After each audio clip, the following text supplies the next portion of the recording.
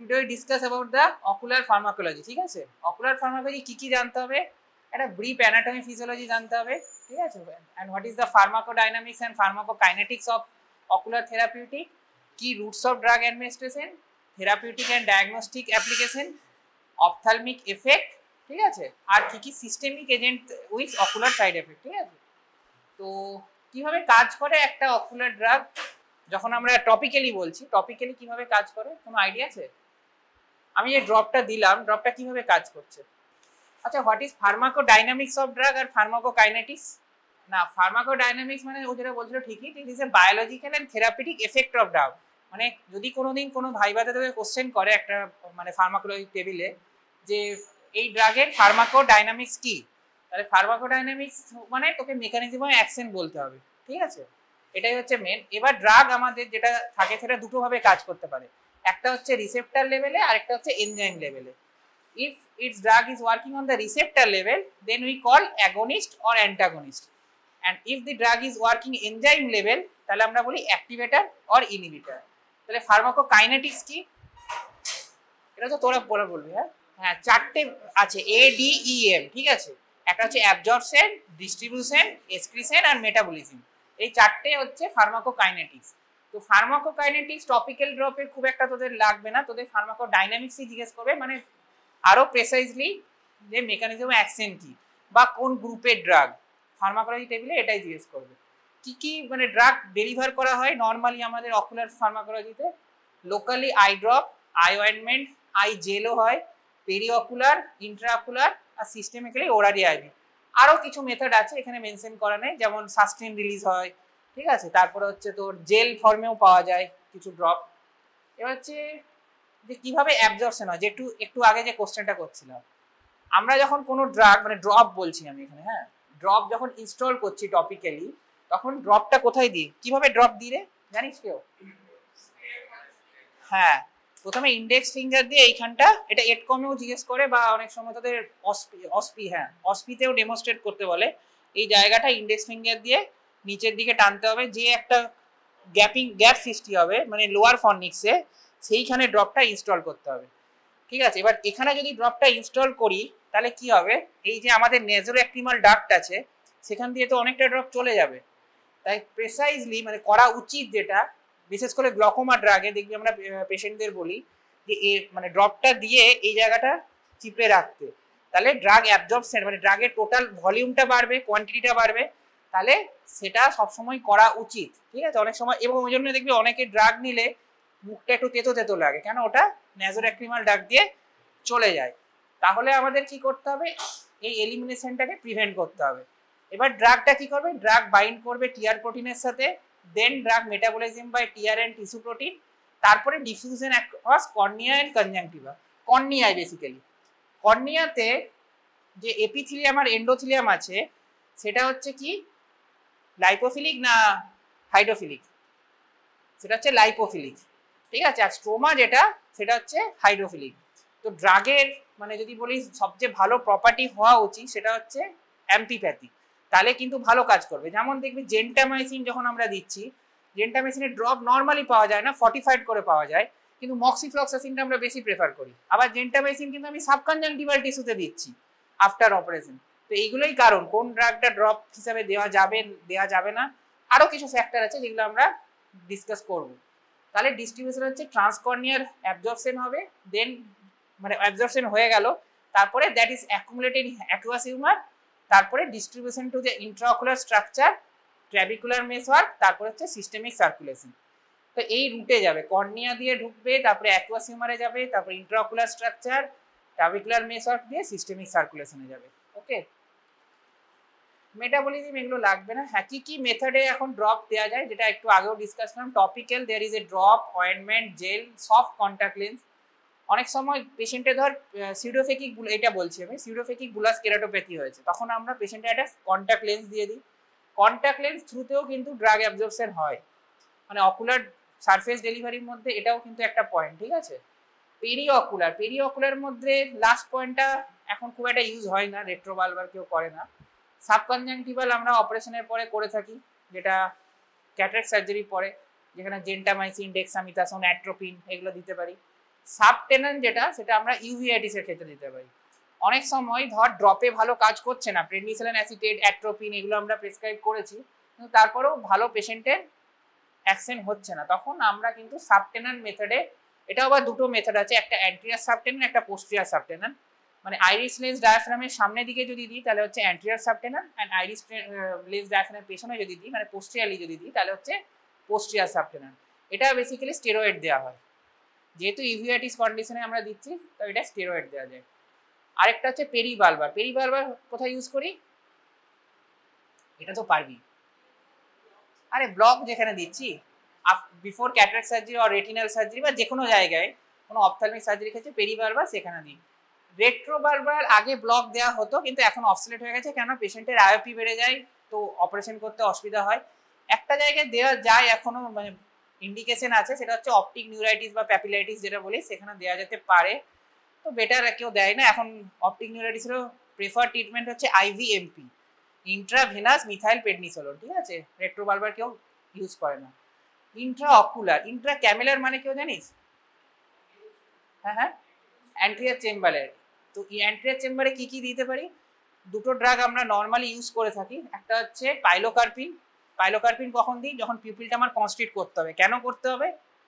Pupil constrict করলে দুটো আমার মানে বেনিফিশিয়াল, একটা হচ্ছে আইওপিটা একটু কমে যায় আফটার ক্যাটারাক্ট, বিশেষ করে ফেকো সার্জারির পরে অনেকেই রুটিনলি পাইলোকার্পিন দেয়, কেননা পেশেন্টের আইওপিটা একটা কমে যায়। আর সেকেন্ড হচ্ছে অনেক সময় কোনো কমপ্লিকেশন হয়েছে, আমাকে লেন্স পুট করতে হবে, ধর আইরিস ক্ল লেন্স দিতে হবে, যদি ভিট্রিয়াস আসতে থাকে তাহলে পিউপিল সেমি ডাইলেটেড অবস্থায় থাকবে, ওই অবস্থায় আমি আইরিস ক্ল পুট করতে পারবো না, তখন ভালো করে ভিট্রেক্টমি করে তারপর পাইলোকার্পিন দিয়ে ছোট করে তারপরে করতে হয়। কিন্তু এখানে একটা কমপ্লিকেশন হয়, পাইলোকার্পিন দিলে পাইলোকার্পিনকে কিন্তু আবার ওয়াশ করতে হবে নর্মাল আলেল বা কি বলে অপথ্যালমিক যে কোনো সলিউশন দিয়ে, কিন্তু এটা ওয়াশ কেন করতে হবে? ওয়াশ যদি আমি না করি তাহলে পাইলোকার্পিন একটা মেমব্রেন তৈরি করে দেবে, ইউভিআইটিক মেমব্রেন করে দেবে, ঠিক আছে। ইন্ট্রাভিট্রিয়াল, ইন্ট্রাভিট্রিয়াল অলরেডি আমি প্রিভিয়াস ক্লাসে মানে লেকচার ক্লাসে ডিসকাস করেছি, সেটা হচ্ছে অ্যান্টি ভিজিএফ। দুটো ড্রাগ ইন্ট্রাভিট্রিয়াল কমনলি ইউজ হয়, একটা হচ্ছে অ্যান্টি ভিজিএফ আর সেকেন্ড হচ্ছে ট্রায়ান্সলোনন। আরেকটা যেটা করতে পারি সেটা হচ্ছে এন্ডোপথ্যালমাইটিসে। এন্ডোপথ্যালমাইটিসে উই প্রেফার সেপ্টাজিডিম অ্যান্ড ভ্যাঙ্কোমাইসিন, ওই অস্কিতে মনে ডিসকাস করেছিলাম, ঠিক আছে। আর সিস্টেমিকে ওরাল, ইন্ট্রাভেনাস, ইন্ট্রামাসকুলার যেমন বাকি ক্ষেত্রে ইউজ করা সেখানে, ঠিক আছে। এবার টপিক্যাল, টপিক্যাল হচ্ছে most convenient, economical, relatively safe. আচ্ছা, একটা ড্রপ যখন দেবো, যে কোনো ড্রপ, এনি ড্রপ, আমরা কত ড্রপ দেবো? 1 ড্রপ, 2 ড্রপ, 3 ড্রপ? আমি টাইমস বলছি না, নট ফ্রিকোয়েন্সি, আমি টোটাল ড্রপ বলছি। 1 ড্রপ, কেন 1 ড্রপ? 2 ড্রপ দিলে কি কিছু অসুবিধা আছে?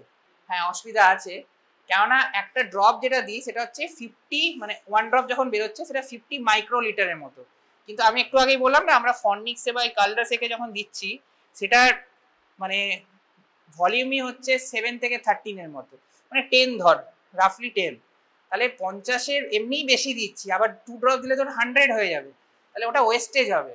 দিলে কোনো অসুবিধা নেই কিন্তু ওয়েস্টেজ হবে। এমনি ড্রপের ধর অ্যান্টিগ্লোকোমা ড্রাগের প্রচুর দাম, এক একটা ধর পোস্টাগ্যান্ডিন যে অ্যানালগ তার প্রাইস হচ্ছে 5 ml এর প্রায় 500-600, জাস্ট 5 ml এর বলছি, 3 ml না 5 ml, ঠিক আছে। এরকম এতটা বেশি কস্টলি ড্রাগ তুই কখনোই বলবে হ্যাঁ 1 ড্রপ 2 ড্রপ, একদমই না, প্রত্যেকটা ড্রপই হচ্ছে 1 ড্রপ, ঠিক আছে। কোনো ড্রপেই তোরা লিখবি না 2 drop, frequency can be change but ড্রপের যে কনসিস্টেন্সি সেটা 1 ড্রপই থাকবে, ঠিক আছে। তাহলে টপিক্যালে কি সুবিধা?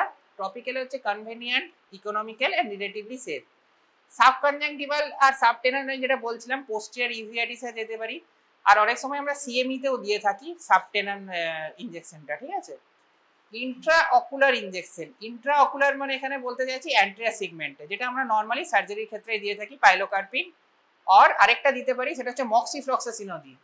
আফটার ক্যাটারাক্ট সার্জারি বা any kind of intraocular surgery আমরা অ্যান্টেরিয়র চেম্বারের মধ্যে মক্সিফ্লক্সাসিন দিয়ে রাখি, কেন? যাতে ইনফেকশন না হয়, টু প্রিভেন্ট দ্য এন্ডোপথ্যালমাইটিস, আরও যদি স্পেসিফিক্যালি বলি।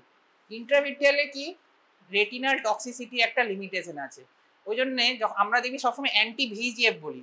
তো একটা এক্সাম্পল দিই, যে ধর একটা পেশেন্ট ফেকিক পেশেন্ট, মানে ক্যাটারাক্ট সার্জারি হয়নি, সেই পেশেন্টের আমার কাছে দুটো অপশনই আছে, অ্যান্টি ভিজিএফও আছে আর একটা সেকেন্ড অপশন ট্রান্সলোনন। তবে আমি কস্টটা বলি, অ্যান্টি ভিজিএফের কস্ট নর্মালি যদি ভালো ব্র্যান্ডের নিস 10-12,000 পার ইঞ্জেকশন, তাহলে ধরে নে 3টে ইঞ্জেকশন দিতে হবে এবং দুটো চোখে দিতে হবে, ধর এনপিডিএস না তো দুটো চোখেই হয়, তাহলে কতটা কস্টলি হয়ে যাচ্ছে পেশেন্টের জন্য।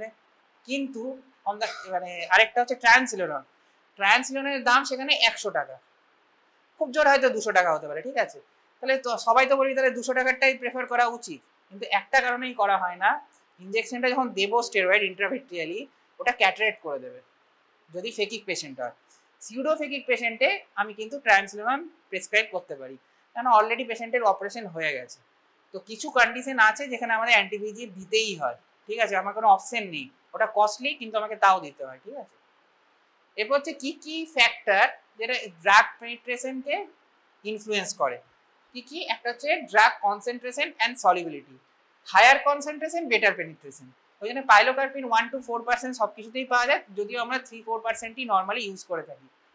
ভিসকোসিটির ক্ষেত্রেও সেম, যদি আমরা মিথাইল সেলুলোজ আর পলিভিনাইল অ্যালকোহল এগুলো দিই তাহলে পেনিট্রেশন বাড়বে, মানে এটা হচ্ছে একই, মানে ভিসকোসিটি বাড়লে বেসিক্যালি যত কন্ট্যাক্ট টাইম হবে এপিথেলিয়ামের সাথে তত ড্রাগ পারমিটিভিটি বাড়বে।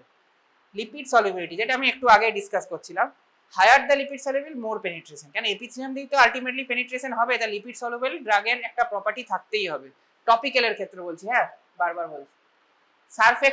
সারফেক্টেন্টও সেম, সারফেক্টেন্ট মানে প্রিজারভেটিভ, কি কি প্রিজারভেটিভ নর্মালি আমরা ইউজ করি দেখি, বেনজাইল কোরাইয়াম অ্যান্ড থায়োমার্সাল, ঠিক আছে। এটাও হচ্ছে যেটা সে আলটিমেটলি ড্রাগ পারমিটিভিটি বাড়াবে এগুলো দিলে, কিন্তু এখন দেখবি তোদের বাড়িতেও হয়তো অনেকে ড্রপ আছে, তারা দেখবি যে এখানে লেখা থাকে ব্যাক ফ্রি, BAK, মানে এটাই বলতে চাই বেনজাইল কোনিয়াম ফ্রি, ঠিক আছে। ব্যাক ফ্রি খুব কমনলি আজকাল ড্রপে লেখা থাকে, কেন, এটাতে খুব ইরিটেশন হয়, একটা গ্রিটি সেন্সেশন হয়, ফরেন বডি সেন্সেশন হয়, তো এটা আমরা অনেকেই এখন মানে ব্যাক ফ্রি ড্রপের দিকে আস্তে আস্তে শিফট করছি।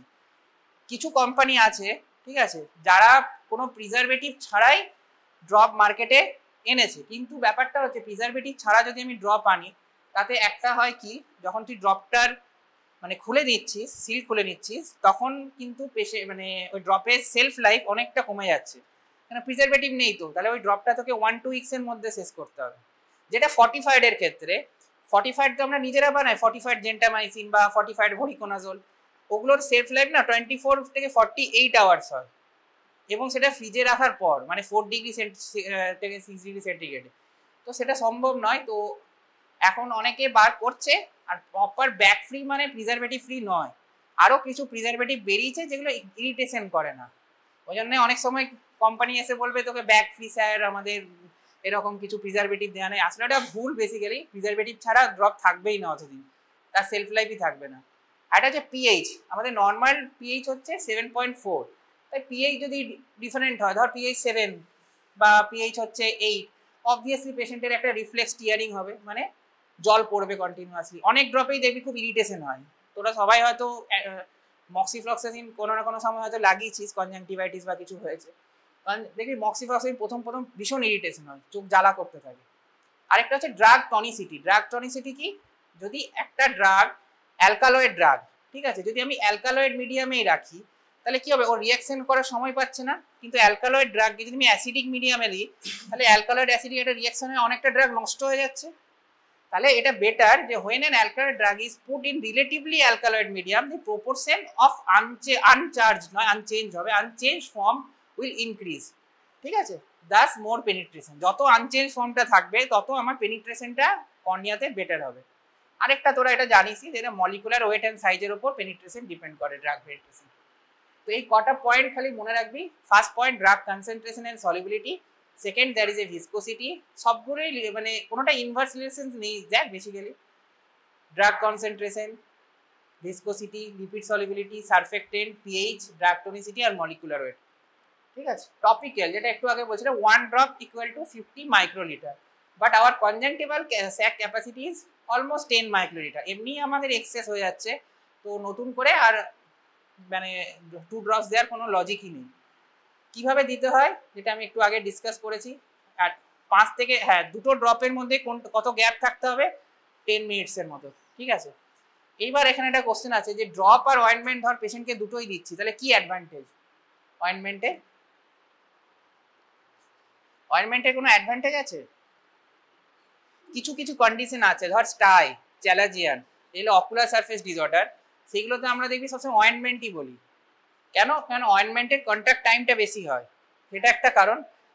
হ্যাঁ, তো যেটা হচ্ছে কন্ট্যাক্ট টাইম বেশি হয়। আরেকটা হচ্ছে ধর একটা পেশেন্ট রাতের বেলায় ঘুমোবে রাত 9টা-10টার সময়, দিয়ে সকাল 6টা, সেই সময় তো কোনো ড্রপ লাগাবে না ঘুম থেকে উঠে উঠে বারবার। তো অলওয়েজ নাইট টাইমে আমরা কিন্তু অয়েন্টমেন্টই প্রেফার করি। তখন তো আমি বলবো না যে আপনি রাতে উঠে উঠে ড্রপ লাগাবেন, সেটা সম্ভব নয়। তো সেটাই হচ্ছে অয়েন্টমেন্ট, সেই ক্ষেত্রেই আমরা দিয়ে থাকি। একটা হচ্ছে increase the contact time of ocular medication to ocular surface eye better effect. হ্যাঁ, একটা প্রবলেম হয় যে দুটো কোশ্চেন এখান থেকে হয়, যে ধর একটা পেশেন্টের ড্রপ অয়েন্টমেন্ট দুটোই আছে, কোনটা আগে লাগাবো কোনটা পরে লাগাবো, এটা খুব কমন সেন্স থেকেই অ্যান্সার দেওয়া যায়। কোনো বইয়ে ওই রকম নেই যে ড্রাগ আর অয়েন্টমেন্টের মধ্যে কত ডিফারেন্স থাকবে, ঠিক আছে। অবভিয়াসলি ড্রাগ আগে লাগবে, মানে ড্রপ আগে লাগাতে হবে। কেন?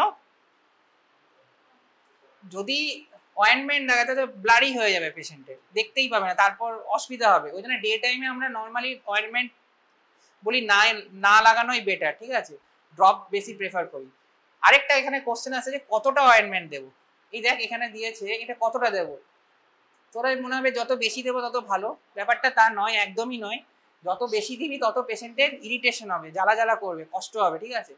তো একটা নর্মাল টার্মসই আছে যে একটা রাইস গ্রেনের যেমন সাইজ হয়, জাস্ট ওইটুকু ointment is more than enough, মানে একটা চালের দানার যা সাইজ হয় সেইটুকু লাগালেই হবে, তার বেশি নয়, ঠিক আছে। এটা এক্সামিনার জিজ্ঞেস করে যদি অয়েন্টমেন্ট থাকে তোদের ওই কি বলে অকুলার ফার্মাকোলজি টেবিলে, তখন কিন্তু জিজ্ঞেস করে কতটা অয়েন্টমেন্ট দেবো। যে কোনো অয়েন্টমেন্টই মোটামুটি রাইস গ্রেন সাইজের, ঠিক আছে। আর লিপিড সলুবেল হতেই হবে, হ্যাঁ বারবার বলছি, ড্রপ অয়েন্টমেন্ট জেল যাই হোক লিপিড সলুবেল হতে হবে, নাহলে পেনিট্রেশনই ভালো হবে না। পেরি অকুলার যেটা বলছিলাম, একটা আইরিস লেন্স ডায়াফ্রামের সামনে হলে অ্যান্টেরিয়র সাবটেনন, না নাহলে পোস্টেরিয়র সাবটেনন। সাবকনজাংটিভাল আমরা নর্মালি দিয়ে থাকি, অনেক ক্ষেত্রেই দিয়ে থাকি। নর্মালি আফটার ক্যাটারাক্ট সার্জারি আমরা জেন্টামাইসিন, ডেক্সামিথাসোন, অ্যাট্রোপিন দিই। জেন্টামাইসিন যাতে ইনফেকশন না হয় পেশেন্টের, ডেক্সামিথাসোন যাতে ইউভিআইটিস প্রিভেন্ট করার জন্য।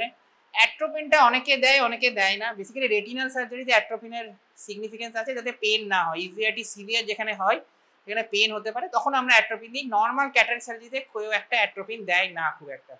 তাতে প্রবলেম কি হয়, যে লেন্সটা বসানো হয় না অপটিকটা, সেটা ক্যাচ হয়ে যেতে পারে, মানে লেন্সটা ধর হ্যাপটিকটা যেখানে বসানো দরকার তার উপরে ব্যাগে না গিয়ে সালকাসে চলে যেতে পারে।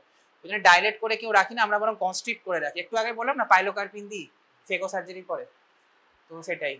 আর কি কি পেরিঅকুলার আছে মেথড, সাবকনজাংটিভাল অলরেডি ডিসক্রাইব, সাবটেনান, রেট্রোবালবার। রেট্রোবালবার এই চারটে ইন্ডিকেশন আছে, যেটা কোনোটাই এখন ইউজ করা হয় না নর্মালি।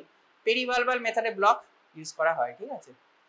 ইন্ট্রাঅকুলার ইনজেকশনের মধ্যে যেটা বলছিলাম intracameral, I have already describe কি কি, অ্যাসিটাইলকোলিন, যেটা আমি পাইলোকার্পিন বলছিলাম during cataract surgery, intravitreal injection, আর ইন্ট্রাভিট্রিয়াল স্টেরয়েড, আর অ্যান্টিভিজিএফ ফর ডায়াবেটিক রেটিনোপ্যাথি, ঠিক আছে। সাস্টেইন রিলিজ ডিভাইস মানে এটা একটা পুট করে দেওয়া হয়, ধর এইখানে ধর বসিয়ে দেওয়া হয়েছে এই ড্রাগটা, মানে এই মানে যে অকুসার যে ডিভাইসটা সেটা একটু একটু করে রিলিজ করবে ড্রাগ, ঠিক আছে। তাহলে কি পেশেন্টকে বারবার ড্রপ লাগাতে হবে না। তো এটা একটা আছে যেটা পাইলোকার্পিন দিয়ে করা হয় অকুসার গ্লকোমা পেশেন্টদের ক্ষেত্রে। একটা গ্যানসাইক্লোভিল আছে সাস্টেইন রিলিজ, যেটা আমরা দিয়ে থাকি তোর সিএমবি রেটিনাইটিসে, ঠিক আছে, মানে সাইটোমেগালোভাইরাস রেটিনাইটিস যেটা হয়, একটা পিকচার দেখাবো একটু পরে, তো সেখানে ইউজ করে থাকি। কি কি থেরাপিউটিক অ্যাপ্লিকেশন আছে ড্রাগস ইন অপথলমোলজি, এতগুলো ড্রাগ আছে, প্রত্যেকটাই একটা দুটো করে তোদের জানতে হবে। তো অ্যান্টিবায়োটিকের মধ্যে তোদের এক্সামে যেটা থাকবে সিপ্লোস, নর্মালি কেউ জিজ্ঞেস করে না কেন সিপ্লোতে অনেক ইরিটেশনটা অনেক বেশি হয়, ঠিক আছে। তো নর্মালি আমরা সিপ্লো ইউজ করিই না বলতে পারিস এখন। আমরা এখন যেটা নর্মাল অ্যান্টিবায়োটিক ইউজ করি সেটা হচ্ছে গ্যাটিফ্লক্সাসিন 0.3%, আর একটা হচ্ছে মক্সিফ্লক্সাসিন। মক্সিফ্লক্সাসিন কোন গ্রুপের ড্রাগ অলরেডি তোরা জানিস মনে হয়, ফ্লুরোকুইনন গ্রুপের ড্রাগ, ঠিক আছে। এটা টোব্রামাইসিন, ঠিক আছে, সরি টোব্রামাইসিনটা হচ্ছে, হ্যাঁ কোন গ্রুপ, অ্যামাইনোগ্লাইকোসাইড। তো মক্সিফ্লক্সাসিন আর টোব্রামাইসিন এর মধ্যে আমরা একটা কন্ডিশন আছে যেখানে টোব্রামাইসিনটা বেশি প্রেফার করি, নর্মালি দেখি সবাই মক্সিফ্লক্সাসিনই দিয়ে থাকি। যখন একটা বাচ্চার এজ লেস দেন 1 ইয়ার থাকে তখন কিন্তু আমরা টোব্রামাইসিন বেশি প্রেফার করি, ঠিক আছে। কেন? কেন মক্সিফ্লক্সাসিনে কিছু কিছু ইনসিডেন্ট পাওয়া গেছে যেখানে সিজার হতে পারে, ঠিক আছে। সো সেটা আমরা প্রিভেন্ট করার জন্য আমরা কিন্তু টোব্রামাইসিন বেশি প্রেফার করি, মানে বাচ্চাদের ক্ষেত্রে বলতে পারি টোব্রামাইসিন, আর মক্সিফ্লক্সাসিন বাকি ক্ষেত্রে ইউজ করতে পারি। কি ক্ষেত্রে ইউজ করতে পারি? যে কোনো জায়গায় ইনফেকশন আছে মানে মক্সিফ্লক্সাসিন, কনজাংটিভাইটিস হতে পারে, ঠিক আছে, cataract surgery pre of post of সব জায়গাতে ইউজ করতে পারি, ঠিক আছে। অ্যান্টিবায়োটিক কি আছে? একটা টপিক্যালি করতে পারি, এইটা দেখ ওরালি একমাত্র প্রিসেপ্টাল বা অরবাইটাল সিলুলাইটিসের ক্ষেত্রে আমরা কিন্তু ওরালিও ইউজ করে থাকি, ওরাল অ্যান্টিবায়োটিক। এখানে কিন্তু আমার এই যে কন্ডিশনটা, এটা হচ্ছে অরবাইটাল সেলুলাইটিস, এখানে কিন্তু আমার টপিক্যাল দিলে কোনো লাভ হবে না, পেশেন্টের কিচ্ছু কারণ কমবে না, আমাকে হয় ওরাল দিতে হবে নয় ইন্ট্রাভেনাস দিতে হবে, ঠিক আছে। আর ইন্ট্রাভিট্রিয়ালি যেটা বলছিলাম এন্ডোপথ্যালমাইটিস। এবার টেট্রাসাইক্লিন একটা আছে যেটা active against both gram positive and gram negative, ঠিক আছে। এবং দেখ এটা সাম ফাঙ্গাই এবং ক্লামাইডিয়াতেও, এটা জাস্ট এই পয়েন্টটা খালি মনে রাখ, টেট্রাসাইক্লিন ড্রপ এখন পাওয়াই যায় না, ঠিক আছে, জাস্ট এই পয়েন্টটা একটু খেয়াল করে রাখিস। ফ্লুরোকুইনোনের মধ্যে মক্সিফ্লক্সাসিনের পার্সেন্টেজটা শুধু মনে রাখবি, বাকিগুলো দরকার নেই। কোথায় কোথায় অ্যান্টিবায়োটিক ইউজ করা হয়? ট্র্যাকোমা, ব্যাকটেরিয়াল কেরাটাইটিস। সেফ স্ট্র্যাটেজি কি রে? অ্যান্টিবায়োটিক এইটা বল। হ্যাঁ, এনভায়রনমেন্ট, ঠিক, ওটা মনে রাখিস। হ্যাঁ, সেফ স্ট্র্যাটেজি ট্র্যাকোমা। ড্যাক্রোসিস্টাইটিসে ইউজ করে থাকি, কোথায় কোথায় ইউজ করে থাকি এগুলো তোরা অলরেডি জানিস সব, কনজাংটিভাইটিস, ব্লেফারাইটিস। এবার হচ্ছে অ্যান্টিভাইরাল। অ্যান্টিভাইরালের মধ্যে দুটো ড্রাগ জানতে হবে, একটা হচ্ছে এটা ওরাল, ঠিক আছে, ওরালে অ্যাসাইক্লোভির অ্যান্ড ভ্যালসাইক্লোভির। এখানে দেখ দুটো ডোজ দেওয়া আছে, হ্যাঁ, এটা হচ্ছে 200, 800, এখানে 500 আর 1000। এবার তাহলে আগে হারপি জস্টারটা এক্সপ্লেন করি। হারপি জস্টারে যদি আমি দিই তাহলে 800 দেবো আর 1000 দেবো। হারপি জস্টার অপথ্যালমিকেসে 800 5 টাইমস এ ডে, এর ডোজটা কিন্তু জানতেই হবে। 800 5 times a day in herpes zoster ophthalmicus, in any herpes zoster. ধর স্কিনে হারপি জস্টার রয়েছে তখনও same dose, 800 mg 5 times a day. আর এটা হচ্ছে 1000 mg 3 টাইমস এ ডে, মানে 1 গ্রাম 3 টাইমস এ ডে, ঠিক আছে। এবার যদি হারপিস সিমপ্লিক্স হয় তাহলে আমাদের অলমোস্ট হাফ হয়ে যায়, এটা 500, এটা 200 এর মতো হয়ে যায়, ঠিক আছে। তখন কিন্তু এটা 200, এটা 400ই হয়। তো 200টা বেসিক্যালি পাওয়া যায়, মানে 400 প্রিপারেশনটা পাওয়া যায় না বলে এটা আমরা বিডি করে তখন দিই। তো এটা যেটা করতে হবে, এটা তোকে 400 করে 5 বার দিতে হবে, মানে যদি 200 নিস তাহলে ডবল ডবল ডবল ডবল করে 10টা কিনতে হবে, এরকম ব্যাপারটা। আর এটাও এখন দেওয়া হয়, সেটা হচ্ছে ফ্যানসাইক্লোভির। কেন? এগুলো হচ্ছে কম দিলেও হয়, ডোজটা অনেক কম, এগুলোতে অনেক সাইড এফেক্ট বেশি, বিশেষ করে অ্যাসাইক্লোভিরে পেশেন্ট প্রচুর উইকনেস হয়ে যায়, ঠিক আছে। আর কি, আরেকটা হচ্ছে, এবার হচ্ছে যেটা গ্যানসাইক্লোভিরটা আমরা সিএমবি রেটিনাইটিসের জন্য মোস্টলি প্রিজার্ভ করে থাকি। সিএমবি রেটিনাইটিস কোথায় বেশি হয় জানিস তো? যাদের ট্রান্সপ্ল্যান্ট হয়, রেনাল ট্রান্সপ্ল্যান্ট, তারপরে লিভার ট্রান্সপ্ল্যান্ট, সেখানে কিন্তু প্রোফাইলেকটিক্যালি অনেক সময় দেওয়া হয়, মানে গ্যানসাইক্লোভির বা ভ্যালগ্যানসাইক্লোভির, এগুলো কিন্তু প্রোফাইলেকটিক্যালি, মানে ট্রান্সপ্ল্যান্ট হয়েছে 1 ইয়ার ধরে চালানো হয়, ঠিক আছে, মানে হয়নি ধর সিএমবি রেটিনাইটিস, কিন্তু যাতে না হয়, কেন এগুলো অপরচুনিস্টিক ইনফেকশন, তো সেই জন্য এটা হতে পারে। অ্যান্টিভাইরালের মধ্যে আমাকে এই অ্যাসাইক্লোভিরটা মোস্ট কমনলি ইউজড, ঠিক আছে, এবং এর ডোজ জানতে হবে 3% ointment 5 times a day 2 weeks, ঠিক আছে, এটা কিন্তু ভালো করে। আর এটার 800 mg 5 times a day 2 weeks, ঠিক আছে, এইটা মোটামুটি জানতে, এটা 2 উইকস হয়, 7 ডেজ থেকে 10 ডেজও অনেকে প্রেফার করে, ডিপেন্ডস আপন দ্য কতটা ডিউরেশন আছে সেটা, কিন্তু এইটা ম্যান্ডেটারি 805, আর এটা 3% 5। ডিউরেশনটা আমরা কখনো কখনো ভ্যারি করে, হারপি জস্টার না হারপি সিমপ্লেক্স, ঠিক আছে, সেটার উপর ডিপেন্ড করে, ডিউরেশনটা ওইভাবে স্পেসিফাই করা যায় না। এটা জানিস তোরা, ডেনড্রাইটিক আলসার, এটা হচ্ছে সিএমবি রেটিনাইটিস হয়েছে, এটা আরেকটা, এটা অনেকটা পিজার মতো লাগে, ওই জন্য পিজা ইন পাই অ্যাপিয়ারেন্স বলে, ঠিক আছে। তারপর হচ্ছে অ্যান্টিফাঙ্গালের মধ্যে দুটো ড্রাগই তোদের টেবিলে থাকবে, সেটা হচ্ছে একটা ন্যাটামাইসিন থাকবে, আর একটা নিস্টাটিন যদি থাকে অ্যাভেলেবেল তো ওটা দেওয়া হয়। ন্যাটামাইসিনটা আমরা বেশি মানে কি বলবো, এটাই সবচেয়ে বেশি প্রেফার করি যখনই আমরা একটা ফাঙ্গাল সাসপেক্ট করছি। অ্যাম্পোটেরিসিন বি নর্মালি পাওয়া যায় না, ড্রপ পাওয়া যায় না, ড্রপটা বানাতে হয়, যেটা ফর্টিফাইড অ্যাম্পোটেরিসিন বি বলে। এটা কিন্তু দেখা গেছে যে অ্যাম্পোটেরিসিন বি আর ন্যাটামাইসিনের মধ্যে বেটার কিন্তু ন্যাটামাইসিনই, ঠিক আছে। তো আমরা ওই জন্য এখন নর্মালি সব আলসারে ন্যাটামাইসিনই দিয়ে থাকি, ঠিক আছে। কি কাজে? ম্যাক্সিমাম সব সেল মেমব্রেনে। অ্যান্টিফাঙ্গাল তোরা অলরেডি পড়েছিস, দেখবি সব কিছু ওই সেল মেমব্রেনেই প্রবলেম হচ্ছে। পলিইন হলে damage cell membrane of susceptible fungi, imidazole মানে যেগুলো কিটোকোনাজল ফ্লুকোনাজল যেগুলো, ওটাও increase fungal cell membrane permeability. ঠিক আছে, ফ্লুসিটোসিনটা খালি আলাদা, এটা মনে রাখতে হয়, acts by inhibiting DNA synthesis. এটা যদিও আয়ের সাথে খুব একটা রিলেটেড নয়, কিন্তু এটা এমসিকিউতে খুব ফেভারিট টপিক, কেননা আমরা নর্মালি ফাঙ্গাল মনে রাখি সেল মেমব্রেনের ডিফেক্ট, খালি এই একটাই আলাদা, ওই জন্য এটাই দেয় কোশ্চেনটা। ঠিক আছে, এটা তো ফাঙ্গাল আলসার, দেখে নে একবার, তাও বোঝাই যাচ্ছে এটা আলসার হয়ে গেছে। ঠিক আছে, ড্রাই লুকিং একটা ক্যাভিটির মতো হয়ে গেছে, এখানে স্যাটেলাইট লেশন নেই কিন্তু এটা ইমিউনিং এর মতো হচ্ছে। ঠিক আছে, এবার হচ্ছে মিড্রিয়াটিক্স এর মধ্যে নর্মালি আমরা দুটো, মিড্রিয়াটিক এবং সাইক্লোপেজিক, নর্মালি আমরা দুটো ক্ষেত্রে ইউজ করি, একটা রিফ্র্যাকশন করার জন্য, মানে সাইক্লোপেজিক বাচ্চাদের ধর রিফ্র্যাকশন করতে হবে। আচ্ছা, বাচ্চাদের রিফ্র্যাকশনের সময় কেন ইউজ করা হয়? দেখি, বাচ্চাদের যখন রিফ্র্যাকশন করছি মানে আপ টু 12 ইয়ার বা 10 ইয়ার, তখন আমরা এই কি বলে হোমাট্রপিন বা ট্রপিকামাইড দিয়ে করে থাকি, বড়দের ক্ষেত্রে করি না। কেন বলতো? ওখানেও তো অটো রিফ্র্যাক্টোমিটারে বসিয়ে বাচ্চাকে জাস্ট স্নেল চার্ট, ধর বাচ্চা পড়তে পারছে, আমি না পড়তে পারলে সেটা তো আলাদা জিনিস, ধর 8 ইয়ার্স ক্লাস 2-3 তে পড়ে, সে তো পড়তে পারছে, কিন্তু তাও বেটার হচ্ছে অলওয়েজ সাইক্লোপেজিক রিফ্র্যাকশন হয় না, বাচ্চাদের প্রচুর অ্যাকোমোডেশন থাকে। ঠিক আছে, এবার অ্যাকোমোডেশনের জন্য কি হয়, ওরা দূরেরটাকে না চোখটাকে ছোট করে বড় করে দেখে নেবে, ওই জন্য পাওয়ারটা ভুল আসবে, ওই জন্যে যাই হোক, এবং ওরা খুব ইজিলি 6-6 পড়ে দেবে, ওরা হয়তো 6-6 নেই, ওর 6-12 আছে, 6-18 আছে, তাও চোখটাকে ছোট করে বড় করে অ্যাকোমোডেট করে পড়ে নেবে। তো ঠিক আছে, তো ওই জন্যই আমাদের অলওয়েজ কিন্তু সাইক্লোপেজিক রিফ্র্যাকশন লেস দেন 10 ইয়ার বা 12 ইয়ারে করা উচিত। ঠিক আছে, কি কি আর কি কি ইন্ডিকেশন আছে অ্যাট্রোপিন দেওয়ার? যেগুলো অ্যাট্রোপিন দেওয়ার মেইন হচ্ছে এই দুটো, কর্নিয়াল আলসার আর ইউভিআইটিস। কর্নিয়াল আলসার যেখানে পড়েছিস সব জায়গাতে অ্যাট্রোপিনটা অন্তত লিখে আছে।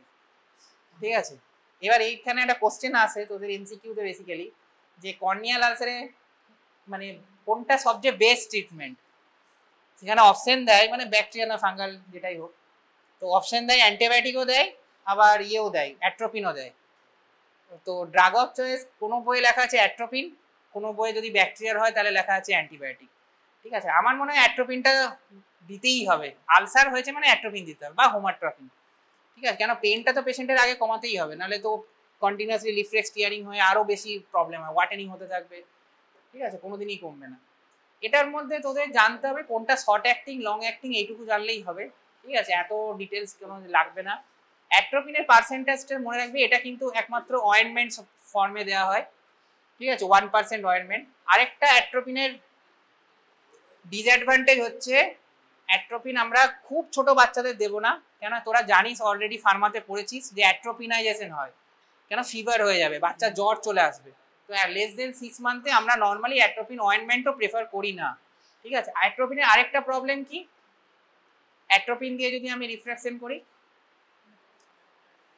অনেকদিন ডাইলেট থাকবে, এই দেখ না অ্যাক্সেন্ট কতদিন, 2 উইকস। পেশেন্টকে আজকে ডাইলেট করে রাখলে ও 2 সপ্তাহ ধরে ঝাপসা দেখবে, কোন প্যারেন্টস চাইবে যে এরকম 2 সপ্তাহ ধরে ঝাপসা দেখবে জাস্ট পাওয়ার টেস্ট করার জন্য? অবভিয়াসলি এটা ইউজ করা হবে না। আমরা নর্মালি হোমাট্রপিন বা ট্রপিকামাইড বা সাইক্লোপেন্টোরেট দিয়েও করে থাকি অনেক সময়, সাইক্লোপেন্টোরেট সবচেয়ে শর্টেস্ট অ্যাক্টিং। ঠিক আছে, এবার হচ্ছে অ্যান্টি ইনফ্লেমেটরি থেকে মেনলি তোদের যেটা করে, একটা এলসেটস থেকে নেপাফেনেক ড্রপটা জিজ্ঞেস করা হয়, ফার্মাকোলজি টেবিলে বলছি, আর কর্টিকোস্টেরয়েডের মধ্যে প্রেড অ্যাসিটেট থাকে, অর আরেকটা কম্বিনেশন ড্রাগ থাকে যেটা হচ্ছে মক্সিফ্লক্সাসিন প্লাস ডেক্সামিথাসোন। ঠিক আছে, এবার কি কি short acting, intermediate, long acting. এখানে শর্ট অ্যাক্টিং হচ্ছে প্রেডনিসোলন, কর্টিসন, হাইড্রোকর্টিসন, ইন্টারমিডিয়েটে হচ্ছে ট্রায়ান্সলেরন, আর লং অ্যাক্টিং হচ্ছে ডেক্সামিথাসোন। যদিও লং এখানে শর্ট অ্যাক্টিং এ আছে দেখ প্রেডনিসোলন, কিন্তু প্রেডনিসোলনের পোটেন্সি কিন্তু অনেক বেশি। ঠিক আছে, প্রেডনিসোলন আর ডেক্সামিথাসোন এই দুটো মোর পোটেন্ট ড্রাগ। আর নর্মালি দেখবি যেগুলো আমাদের অ্যালার্জিক কন্ডিশনে আমরা এফএমএল বা ফ্লুওমিথ্রানল বা লোটেপ্রেডনাল এগুলো বেশি প্রেফার করি, এগুলো অনেক লো পোটেন্ট ড্রাগ। ঠিক আছে, কি কি ইন্ডিকেশন আছে স্টেরয়েডের? একটা হচ্ছে অ্যালার্জিক কনজাংটিভাইটিস, কেরাইটিস, ইউভিআইটিস, ও আইটিস থাকলেই মোটামুটি এসে যাবে। তবে কনজাংটিভাইটিস মানে ব্যাকটেরিয়াল কনজাংটিভাইটিস নয়। ঠিক আছে, নর্মালি ব্যাকটেরিয়াল কনজাংটিভাইটিসে কেউ যদি স্টেরয়েড দিয়ে দিস, পেশেন্টের খুব কুইক ভালো, মানে খুব তাড়াতাড়ি ঠিক হয়ে যাবে, কারণ ইনফ্লেম তো কমিয়ে দেবে। এবার ধর তুই দেখিস স্লিট ল্যাম্পে পেশেন্টের কোনো এসপিকে রয়ে গেছে, এবার স্টেরয়েড দিয়ে দিয়েছিস, তাহলে কিন্তু পরবর্তীকালে ওখানে একটা ওপেসিটি হয়ে যাবে এবং পেশেন্টের ভালো রকম ভিশন লসও হয়ে যায়, এবং যদি ফাঙ্গাল থাকে তাহলে তো হয়েই গেল, তুই তো টর্চে দেখে ওরকম বুঝতে পারবি না, মিস হয়ে যেতে পারে। তো নর্মালি কনজাংটিভাইটিসে আমরা দিই না, একমাত্র allergic conjunctivitis, VKC, seasonal allergic conjunctivitis, PAC, perianal conjunctivitis, এগুলোতে আমরা নর্মালি প্রেফার করে থাকি, ঠিক আছে। আর কোথায়? ইন্ট্রাঅকুলার এন্ড এক্সট্রাঅকুলার সার্জারি, সার্জারির পরে দিতেই হবে, সে রেটিনা হোক ক্যাটারেক্ট হোক দিতেই হবে, কেন সামটাইম কিছুটা some amount of uveitis common, ঠিক আছে, মানে একটু না একটু ইউভিআইটিস হবেই তোর। একটা তুই ক্যাটারেক্ট সার্জারি করেছিস কি রেটিনাল সার্জারি করেছিস, সেখানে ইউভিআইটিস হবে না এরকম হতে পারে না, ঠিক আছে। আর সিস্টেমেটিকের মধ্যে কি সিস্টেমিক, মানে এখানে বলছে সিস্টেমিক স্টেরয়েড কোথায় কোথায় দেয়, পোস্টিয়ার ইউভিআইটিস, কেন পোস্টিয়ার ইউভিআইটিসে যে টপিক্যাল আমরা দিই ওটা কাজ করতে অনেক টাইম লাগবে, ঠিক আছে।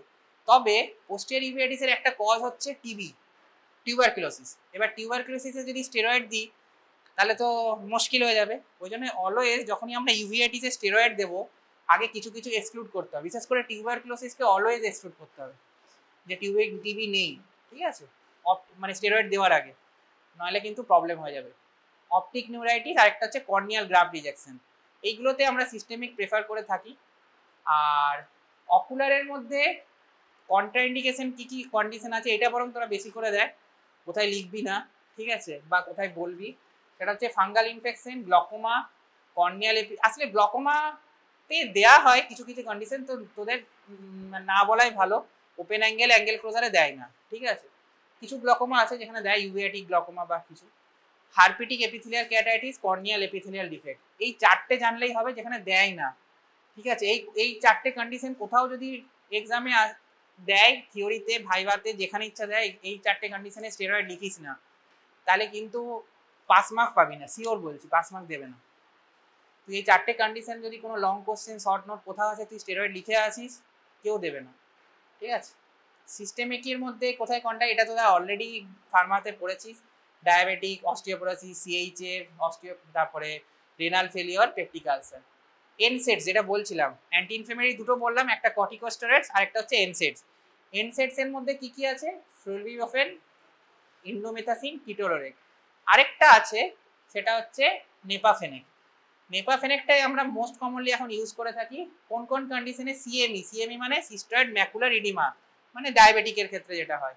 আরেকটা হচ্ছে অনেক সময় প্রি অপারেটিভলি ডাইলেটেশন মেনটেন করার জন্য, এটার জন্য ফ্লারবিবোফেন বেশি ইউজ করা হয়, ঠিক আছে, ফ্লার বলি আমরা ব্র্যান্ড নেমটা। আরেকটা হচ্ছে এপিস্ক্রাইটিস এন্ড স্ক্রাইটিস আর ইভিআইটিস, ঠিক আছে, এগুলো পাওয়া যায় এতগুলো, তার মধ্যে এটাই নর্মালি ইউজ করা হয় নেপাফেনেক। নেপাফেনেক 0.1এও আছে, 0.1%টা যদি হয় তাহলে 3 টাইমস এ ডে দিতে হয়, আর একটা 0.3% পাওয়া যায় যেটা 1 টাইমস এ ডে দিলেও হয়।